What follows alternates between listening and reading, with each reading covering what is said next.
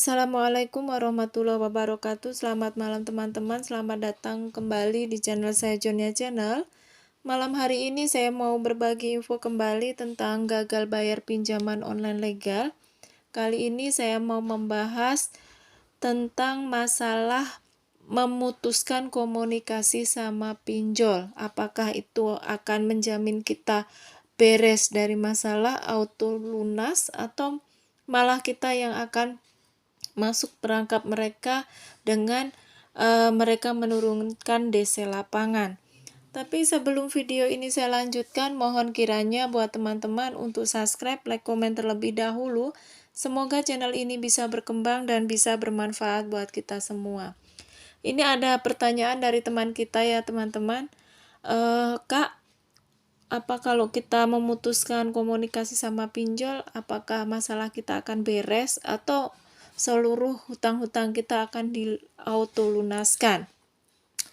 Jadi begini teman-teman, untuk masalah beres tidaknya kita memutuskan komunikasi dengan pinjol itu tergantung kitanya. Jadi kalau kita mau aman, mau kita nggak banyak pikiran, ya memang harus kita putuskan komunikasi sama mereka. Tapi resiko terberatnya seperti apa sih Kak kalau kita mutusin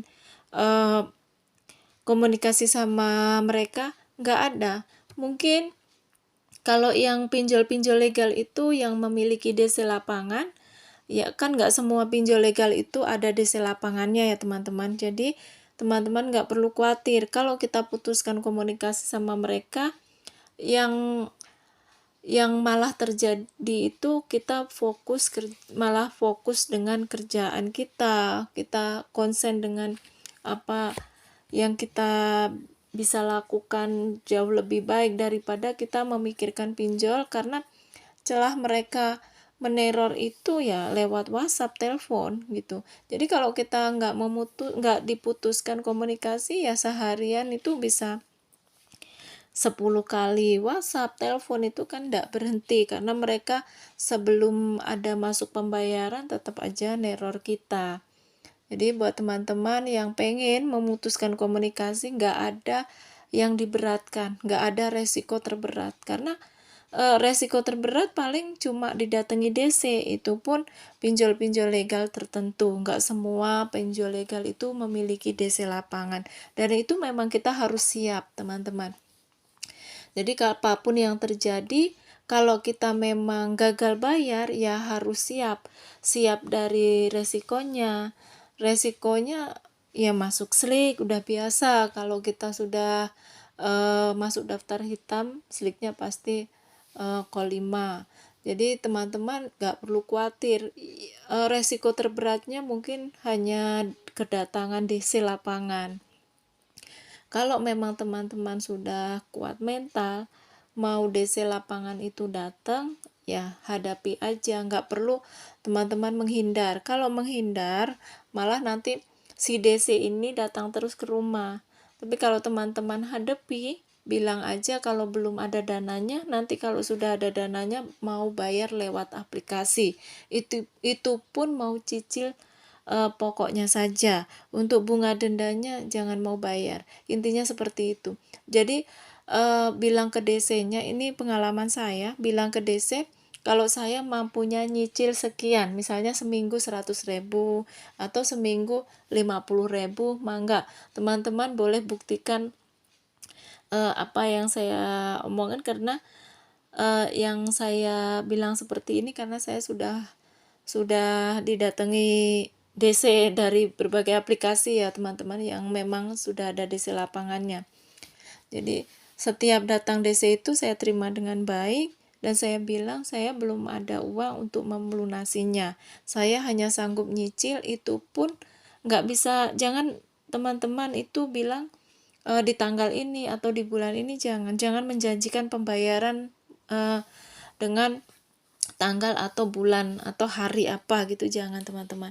Jadi teman-teman boleh menjanjikan nanti kalau ada rezeki saya akan bayar cicil lewat aplikasi, walaupun bapak ataupun siapa yang datang misalnya Bapak mau datang sehari 2-3 kali pun saya nggak akan bayar, karena saya memang belum ada dananya.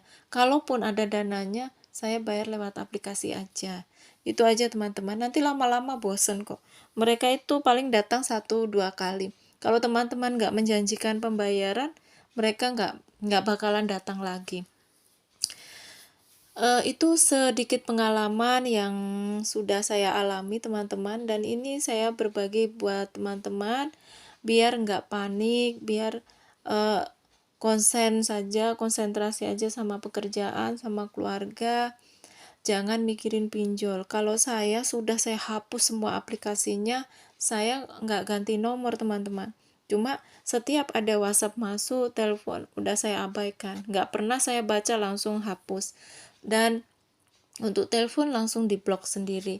Jadi teman-teman boleh itu lihat pengaturan, bisa kan handphonenya ada pengaturan tuh nomor tidak dikenal atau nomor yang tidak terdaftar di kontak kita langsung terblokir sendiri, itu bisa teman-teman.